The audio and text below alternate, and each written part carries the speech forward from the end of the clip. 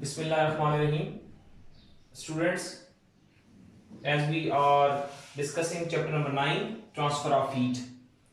It is my third discussion on this chapter, and topic of discussion for the day is the next mode of transfer of heat, which is called convection. देखिए, इससे पहले हमने इस chapter में बेटा दो चीजें आपको याद होगा डिस्कस की हैं. एक हमने बताया था कि कंडक्शन क्या होती है, और दूसरा मैंने थर्मल कंडक्टिविटी को डिस्क्राइब किया है डिटेल के साथ. तो ये चूंकि पूरा चैप्टर बेटा आप याद रखें, बुनियादी तौर पे modes of transfer of heat ही को डिस्कस करेंगे या कुछ थर्मल प्रॉपर्टीज जो हैं उनको ये चैप्टर में हम डिस्कस करेंगे. तो कंडक्शन में आपने देखा था कि हीट की ट्रांसफर का वो तरीकाकार जो सॉलिड्स के लिए स्पेसिफिक था, जिसमें सिर्फ मॉलिक्यूल्स वाइब्रेटरी मोशन परफॉर्म करके तो हीट को एक जगह से दूसरी जगह ट्रांसफर करते थे या फ्री इलेक्ट्रॉन्स कंट्रीब्यूट करते थे हीट की ट्रांसफर के लिए. लेकिन चूंकि जो लिक्विड्स और गैसेस हैं जिनको हम फ्लूइड्स कहते हैं, ठीक है, फ्लूइड्स आपको पता है any material any substance which can flow is known as a fluid. तो गैसेस हो, लिक्विड्स हो, ये सब फ्लूइड है. एयर भी एक फ्लूइड है, वाटर फ्लूइड है, हनी फ्लूइड है. तो यहां जो है हम उन मटेरियल की बात करेंगे जो फ्लूइड्स हैं. तो हीट की ट्रांसफर का ये जो मोड है कन्वेक्शन, ये फ्लूइड्स के लिए स्पेसिफिक है. तो सबसे पहले हम इसकी देखते हैं, इसको हम डिफाइन करते हैं कि कन्वेक्शन है क्या. तो कन्वेक्शन हीट की ट्रांसफर का बेटा वो मोड है, वो तरीकाकार है जिसमें एक्चुअल मूवमेंट ऑफ मॉलिक्यूल जो होती है इट टेक्स प्लेस. यानी हीट तो एक जगह से दूसरी जगह जाती है, मगर इसमें मॉलिक्यूल्स परमानेंटली एक जगह से दूसरी जगह डिस्प्लेस हो जाते हैं. Transfer of heat by actual movement of molecules from hot place to a cold place is known as thermal convection.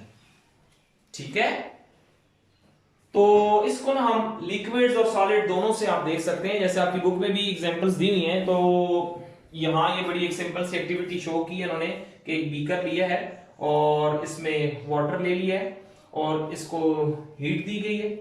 तो आप देखेंगे जब आप पानी को गर्म करते हैं ना बेटा, तो आप खुद भी कभी बॉइलिंग वाटर को ऑब्जर्व करें तो वो पूरा आपको मूव करता हुआ नजर आ रहा होता है.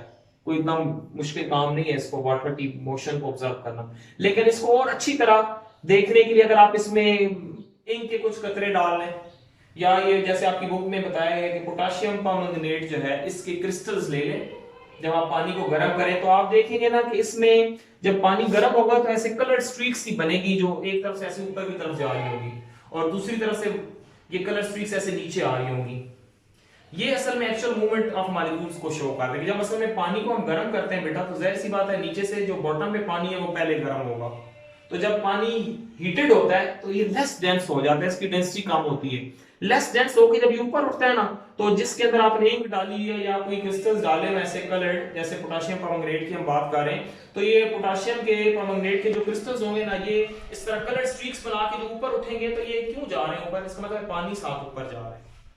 तो पानी गर्म तो हो ही रहा है, लेकिन इसमें एक्चुअल मूवमेंट ऑफ मॉलिक्यूल्स भी हो रही है. और इस साइड से आप देखेंगे कि पानी की यही जो स्ट्रीक्स होंगी नीचे की तरफ आ रही होंगी, शोइंग के ऊपर जो वाटर था वो रिलेटिवली कोल्ड था, तो उसकी डेंसिटी जरा ज्यादा थी. तो जाहिर सी बात है जो डेंसर वाटर होता है इट मूव्स डाउनवर्ड. तो इस तरह ये अपवर्ड और डाउनवर्ड मूवमेंट जो होती है, जब तक आप इसको हीट करते रहते हो ना, ये कंटिन्यू रहती है और सारे का सारा पानी गर्म हो जाता है. तो इसमें हीट की ट्रांसफर में आप देखते हो एक्चुअल मूवमेंट हो रही है. अगर बिलफर्ज मैं इस हीट के प्रोसेस को रोक दूं तो आप देखेंगे जो स्ट्रीक्स बनना शुरू होती हैं ये खत्म हो जाएंगी.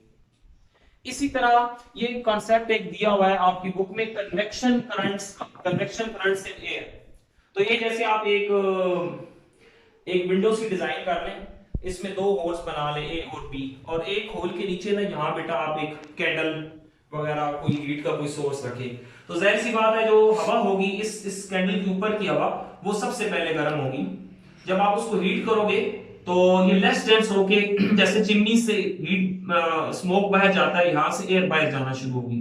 तो ये जो इर्द गिर्द की हवा है जो रिलेटिवली ठंडी है और डेंसर है, वो आप देखेंगे इस चिमनी से या इस होल से जो है ना नीचे की तरफ आएगी, तो एक तरह से एक पाथ सा बन जाएगा. ये जो स्मोक है it is showing you the path of the convection.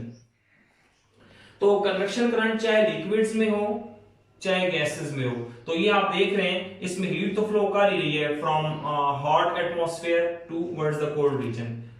तो ये नेचर में कन्वेक्शन ऑफ हीट की बहुत ज्यादा एप्लीकेशन है। जैसे आप सुनते हैं अक्सर ये सी ब्रीज और लैंड ब्रीज का कॉन्सेप्ट, ये बिल्कुल कन्वेक्शन से हम इसको रिलेट करते हैं। आपको याद होगा हमने अपनी नॉर्मल क्लास में भी डिस्कस किया था कि जो ये सी ब्रीज और लैंड ब्रीज है, जब हम इसको डिफाइन करते हैं तो आपको पता है ना, जो वाटर है बेटा, इसकी स्पेसिफिक हीट बहुत ज्यादा होगी। स्पेसिफिक हीट का कॉन्सेप्ट आपको याद रहना चाहिए, हमने डिस्कस किया है, लेकिन फिर मैं ब्रीफली बता देता हूं।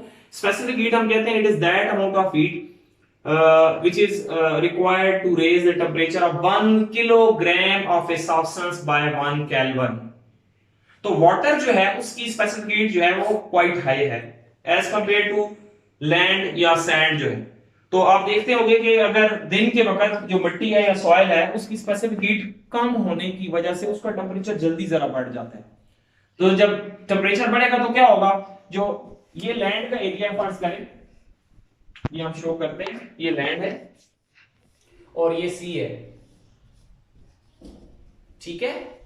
तो यहां की एयर जो हीटेड होती है ये लेस डेंस हो के ऊपर की तरफ उठती है बेटा ऐसे। वाटर जो है चूंकि इसका स्पेसिफिक हीट जो है इट्स क्वाइट हाई, इसकी हवा जो है ये ज्यादा डेंसर रहती है।